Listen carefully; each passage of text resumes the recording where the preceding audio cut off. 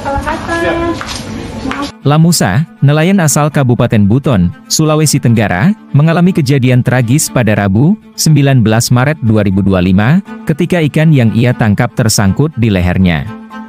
Nelayan warga Pasar Wajo, Kabupaten Buton, ini terpaksa harus segera dirujuk ke RSUD Palagimata Bau-Bau untuk mendapatkan perawatan medis. Dokter Taliah yang menangani kasus ini, menceritakan bahwa saat ia tiba di ruang pemeriksaan sudah mendapati pasien dalam kondisi depresi. Lamusa ketika itu tidak bisa berbicara dan kesakitan saat menelan ludah. Setelah dilakukan velanoskopi, terlihat ekor ikan sudah berada di daerah hipofarin atau bagian bawah tenggorokan. Tim medis segera melakukan koordinasi dengan dokter bius dan perawat untuk mengambil langkah terbaik demi keselamatan pasien, mengingat ini adalah tindakan darurat yang memerlukan penanganan segera.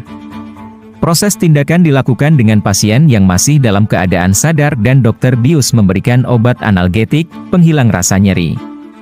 Taliah bersama asistennya menggunakan alat untuk menjepit ekor ikan dan berusaha memasukkannya ke dalam tubuh ikan. Tujuannya adalah untuk mencegah terlepasnya bagian ekor ikan yang dapat berisiko jatuh ke saluran pernapasan, yang bisa berujung pada keselamatan nyawa pasien. Ia mengatakan, meski ikan memiliki sirip yang cukup banyak, luka yang ditimbulkan masih dapat ditoleransi. Lamusa menuturkan, kejadian yang dialaminya bermula saat ia memancing. Ketika berhasil mendapat ikan hasil tangkapan ia gigit dan sontak meloncat hingga masuk ke dalam mulutnya. Dia terpaksa harus menahan rasa sakit selama menempuh perjalanan 2 jam menuju kota Bau-Bau untuk mendapatkan pertolongan medis. Pada saat saya datang di rumah sakit, di dalam ruangan pemeriksaan di ruang tindakan, saya dapati pasien sudah dalam keadaan depresi. Pasiennya diam, tidak mau bicara. Memang pada saat masuk pasien itu, pasien tidak bisa sama sekali menelan ludahnya, kesakitan, kemudian sulit menelan, sulit makan.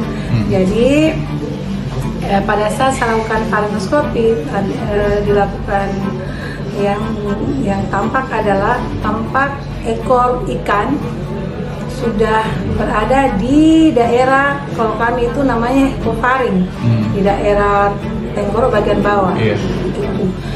Kemudian langkah-langkah yang kami lakukan untuk dilakukan tindakan adalah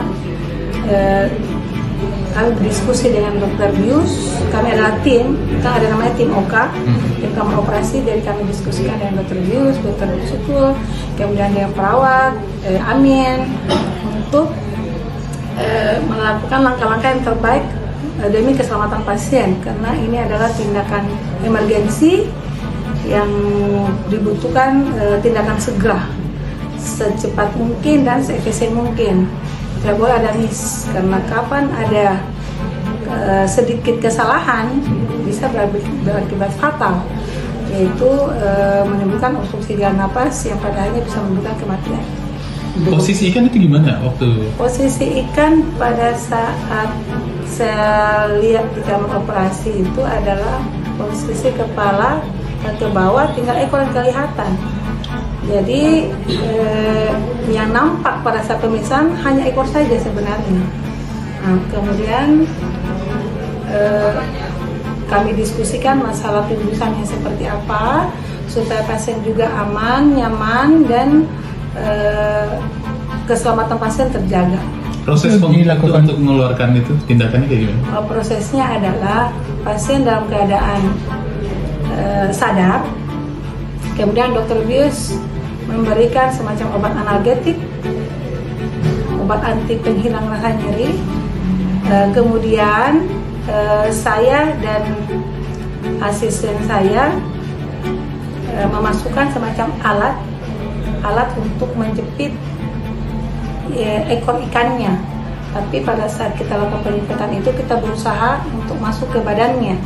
Tujuannya itu adalah untuk mencegah jangan sampai terjadi pelepasan dari bagian dari ekor ikan, karena prinsipnya itu harus keluar utuh. Karena kapan keluar utuh, takutnya jangan sampai jatuh di jalan napas, pada akhirnya bisa menimbulkan obstruksi jalan napas. Itu yang kita cegah. Kondisi pasien pasca?